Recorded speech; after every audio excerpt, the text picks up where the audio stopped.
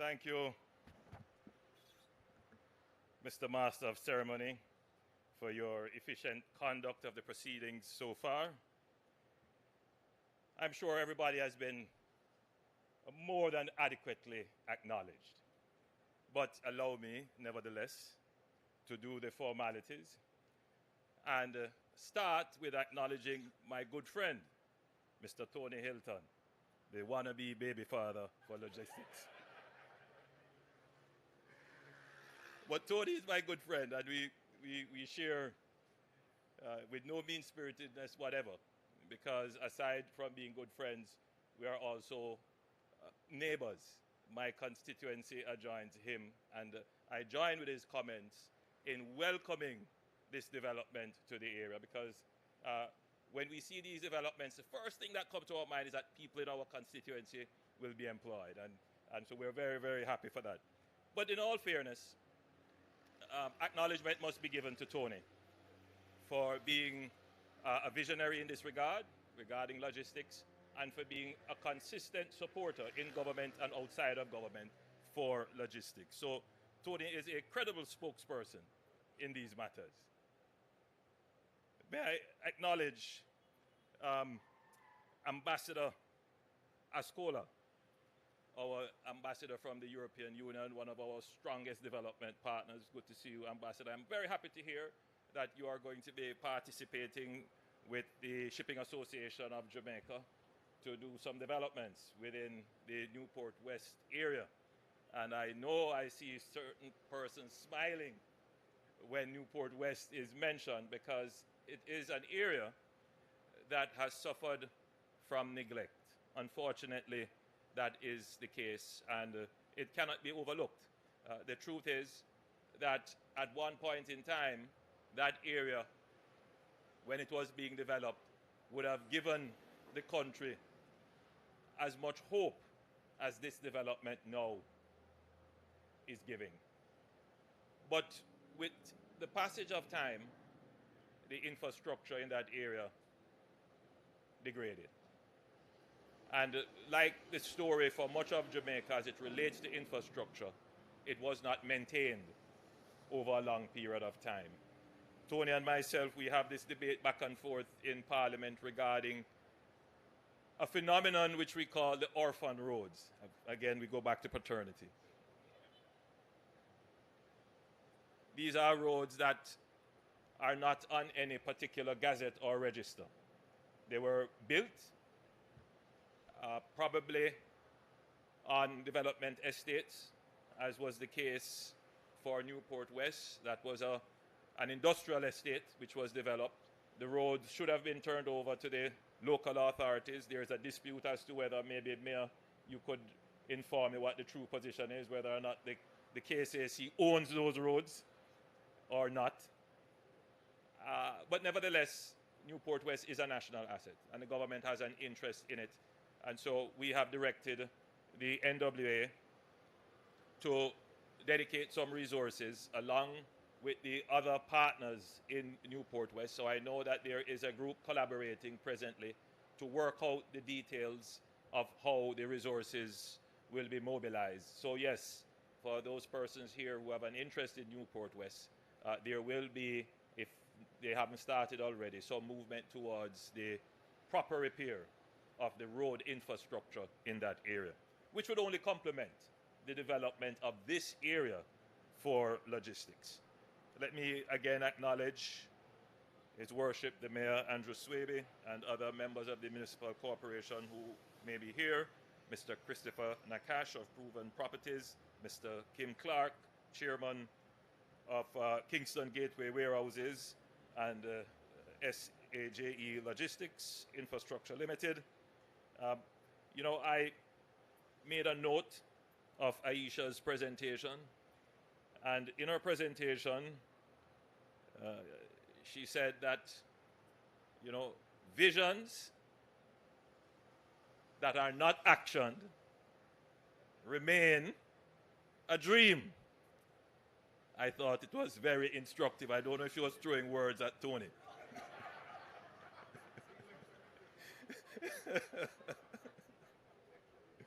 But thank you for those comments. You will see that I pay very keen attention to all the words said on the platform. So today, it is with great pride and optimism that I stand before you today at this groundbreaking of what will soon become a landmark development, not just for Kingston, but for the entire logistics and commercial ecosystem of Jamaica, the Kingston Gateway. And by the way, I like the name. Technically, you're right there, right at the gateway.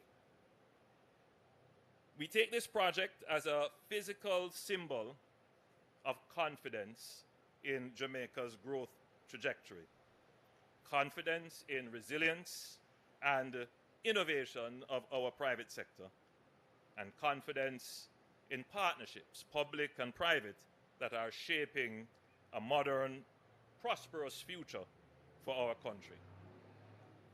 Let me first commend the vision of the Shipping Association of Jamaica and Logistics Infrastructure Limited, Proven Properties Limited. This joint venture stands as an exemplary model of what is possible when Jamaican businesses leverage their collective strength, marry logistics with real estate expertise, and invest boldly in our development potential. Kingston Gateway, situated strategically at the entrance to Port Bustamante, is not only about concrete, steel, and glass, it is about connectivity. It is about enabling commerce. It is about unlocking value, economic value, logistical value, and community value. As was already stated, the project will comprise 21 units. And it will have direct access to Marcus Garvey Drive, proximity to the Port of Kingston, a mere few minutes from the Norman Manley International Airport. This facility places its tenants at the very nerve center of Jamaica's trade infrastructure. This is a development that makes sense economically, spatially, and strategically. But it also makes sense in terms of the policy direction that my government has been pursuing with clear intention over the past several years. Ladies and gentlemen, Jamaica is in a new phase of its development. We are not where we were 10 years ago. The macroeconomic stability,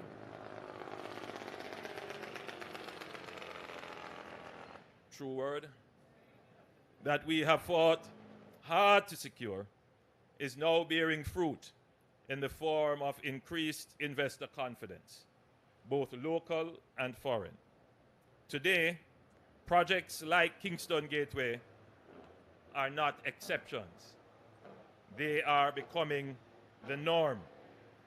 And let me be clear, it did not happen by accident. It was by deliberate, instrumental, strategic, well thought out actions. Our administration has made a priority of the creation of an enabling environment through fiscal discipline, public sector modernization, resilience building, and now we are on the path towards the reduction of inefficiency and bureaucracy that is stifling growth. And I want to repeat that here to this gathering, because when you hear these words, you can immediately identify with the challenges you face in your own business operations. And we get the message. And believe me, every politician will tell you. Some won't say it publicly. But, you know, Tony, when I just entered the parliament, an opposition, well, at the time I entered in opposition, so it would have been a government member, who was a minister. We were in the lunchroom, and we were having a conversation, and he was explaining how difficult his job was. That he had all of these great ideas, but he couldn't get them executed. Because though he would be told, yes, minister, it just didn't happen. So he was giving me some advice. He was saying, you know, you're going to get there one day. Which I eventually did. And you're going to see that it is not, I'm paraphrasing him now, it's not for want of getting things done. It's not for a lack of vision. It is that we have created a very dense and unwieldy bureaucracy that is self-indulgent. Ronald Reagan, in one of his speeches, said that the creation of government bureaucracy is the closest thing to an eternal organism. Meaning that once you create it, it tends to proliferate and live forever on the government's budget. And this is not to be disparaging to bureaucrats and technocrats. They themselves who are in the forest can only see the trees, but they don't see what is actually created. And every economy is facing this. If you listen to Keir Starmer in the United Kingdom, it would be as if he were repeating the words that I had said when I launched the pivot. If you listen to, well, let me not say Doge, but if you follow what is happening in the United States, it's the same thing. Right up the road from us in the Dominican Republic, they have launched the same thing. They call it zero bureaucracy. Because all governments are facing this. We have to rethink bureaucracy and what it is meant to do. Bureaucracy is not a bad thing. But in its present state and form, it poses a challenge to our growth. And we have to think about it even more as a small country. Because, like it or not, prepared or not, the world is changing. The global order is changing. There are those who view it with great fear because there's great uncertainty as to where it will land. There are those who want to maintain the status quo because it has served us well for the last 50 years since the global, 70 years since the last global status quo has been established, particularly in trade and international finance, international monetary system. However, as a small country, we are price takers in everything, essentially.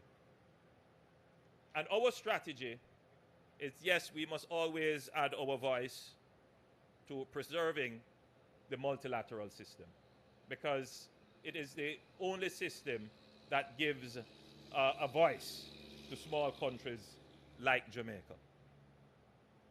But we must also be strategic and seek to find the opportunities that may exist in disruptive states. We have to position ourselves to be able to take advantage of the repositioning of global supply chains that is inevitable and imminent in happening. So, whilst we look on with some fear, even trepidation as to what may happen, we are also being prospecting, and we're looking for what opportunities that may present themselves. So that means we must put ourselves in a position to withstand and absorb shocks, but also be agile enough to move when the opportunities present themselves. And that is why it is so critical that we have a bureaucracy, meaning the mobilization of public resources for regulation and administration, to be able to respond swiftly when opportunities present themselves.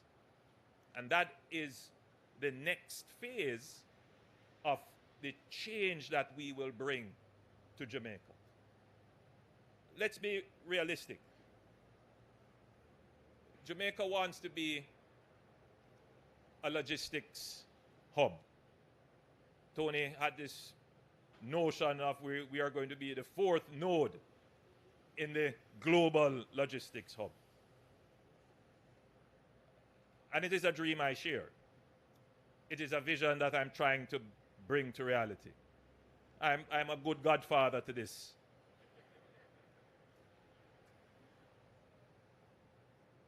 As I am to many other projects in terms of being at the helm and bringing them to fruition.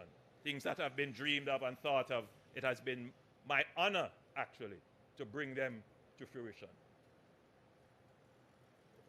Primarily because, you know, I took the advice of that minister, who, by the way, he passed a few days, I believe it was yesterday, Errol Ennis.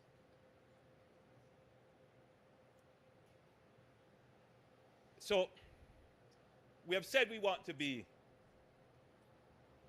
the fourth node in the logistics, global logistics network. Now, you know, everything in economics, in a sense, is about arbitrage.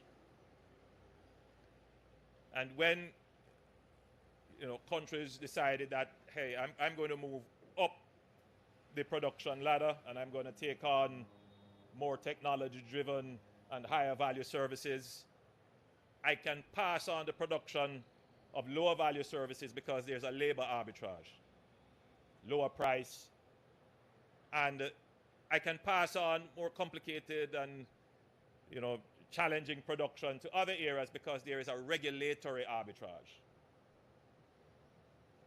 I'm not going to go into details with that. Those of you who understand what I'm saying, you'll figure it out. But,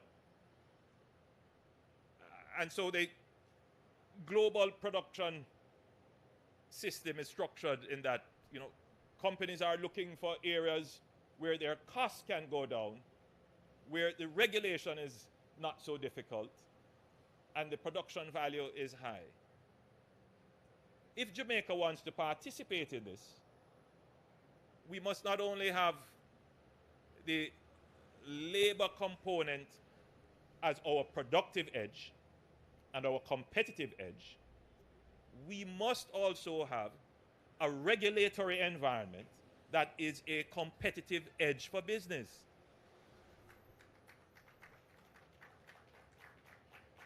As I said, I'm not going into too much details, but the people who applaud, they get it. They understand what I'm saying. Which is why it is so critical to reform the public bureaucracy that we have. You can't talk about becoming a logistics if it is going to take you an inordinate period of time to get anything approved. And if the people who serve the bureaucracy don't understand that they have to be outcome-oriented instead of process-oriented. Critical. So, Tony, this infrastructure is important to logistics. But if we are going to be really serious players, we have to remove the obstacles that dull our competitive edge. So the ease and speed of doing business dulls our competitive edge, because just up the road, the Dominican Republic is almost equally positioned as Jamaica, with a market that is 2 or 3 times the size of Jamaica, with a greater landmass, and they too recognize that bureaucracy is a problem, and they are working overtime to reduce their bureaucracy. So don't believe that we are the only ones in the region. So we must do it. It's an imperative.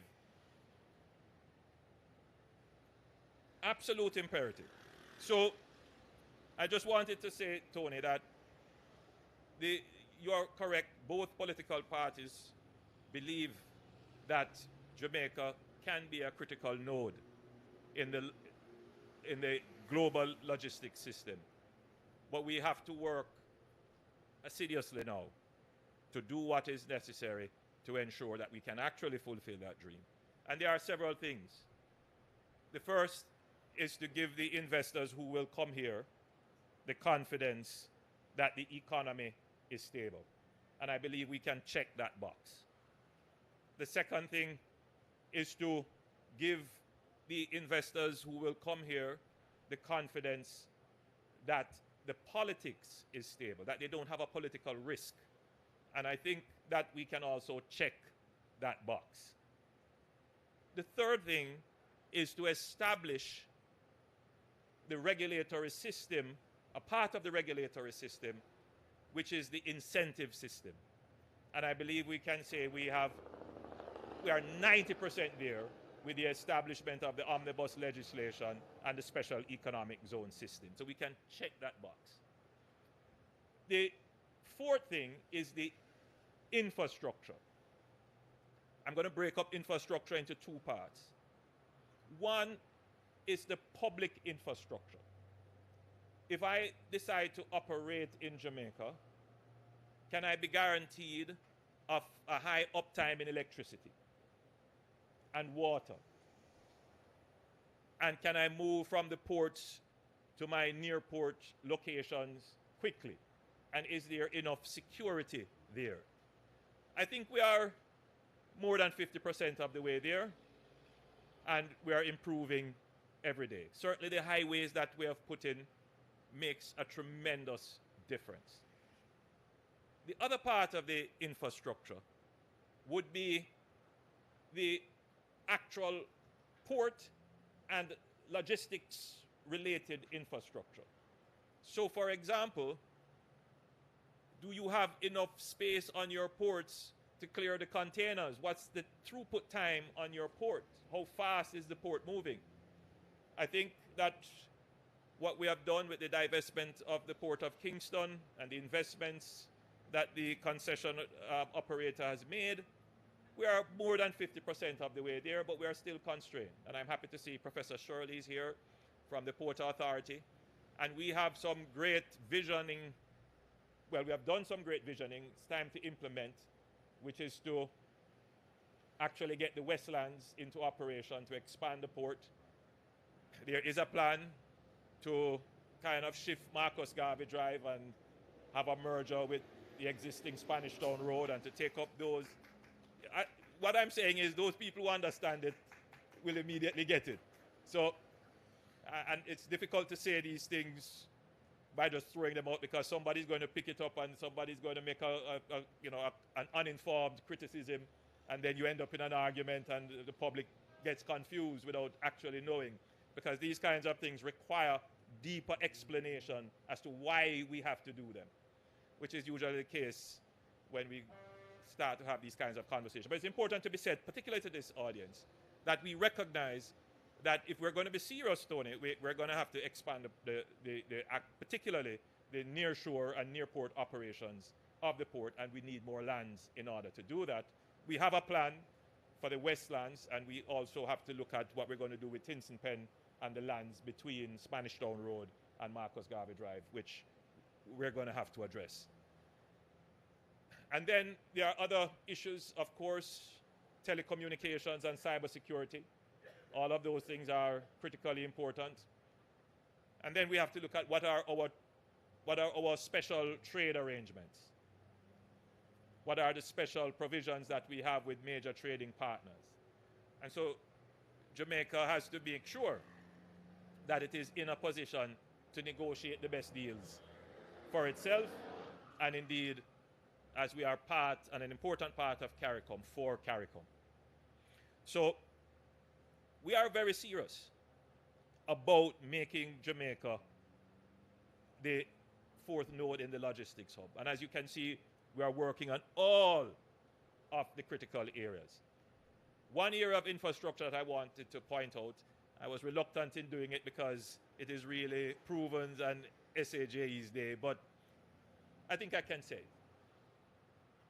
Very shortly, the Port Authority, which I announced in my budget presentation, will be breaking ground for the long talked about Caymanas Special Economic Zone. It's a large project. We've been talking about it now for more than 10 years, Tony. We have done a World Bank study on it. All kinds of initiatives, it has not happened. The Port Authority has been tasked to de-risk the project and to take on the development risk for the project and to develop the first 50 acres of the project and to find an anchor tenant. So Jamaica will have its first true special economic zone. And Prof, my diary says that it is within the next 2 months. I'm giving you 2 months, but I know it will be before 2 months that we will be able to break ground. Additionally, just across the road, the UDC, in another couple of days' time, will be breaking ground for another massive project to develop. It won't necessarily be a special economic zone, but the people who purchase lands there could probably seek to have their own SEZ certification. And that project is going to add significant warehouse capacity to Jamaica. Over 40 lots, I gather, averaging about an acre or a little bit more than that, will be up for purchase. So the government is doing its part in creating the capacity, the real estate capacity, to support special economic zones. I also mentioned that for the Caymanas Special Economic Zone, we're considering a direct link to the port, which would avoid, even though the highway is there and the roadway is there, but many years ago, we laid a train line which runs very close to the port and passes the Caymanas lands. And so we are going to consider how we can rehabilitate that and create a direct link into the port, especially if we were to connect the Port of Kingston across Marcus Garvey Drive and into the Tinson Penfield lands. So there are many things that the government is doing, and I want to give you the assurance, Tony and others, that we have made significant advances. And with the global uncertainties regarding tariffs and all the other issues that would make us very concerned about what the new global order is, Jamaica is putting itself in a position to both meet crisis and opportunity. And that is how, as a small country, we will nimbly survive the challenges that we are faced. In everything, I believe in choosing Jamaica. I urge all of you here to make that choice, to choose Jamaica. God bless you, and again, congratulations to the developers, SAJE, and Proven, and of course, commendations to First Global for financing. God bless you all, and thank you.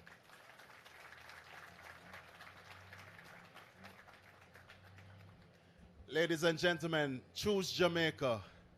Choose Jamaica. I promised you that I wouldn't keep you too long. So we're drawing closer to the end of the program.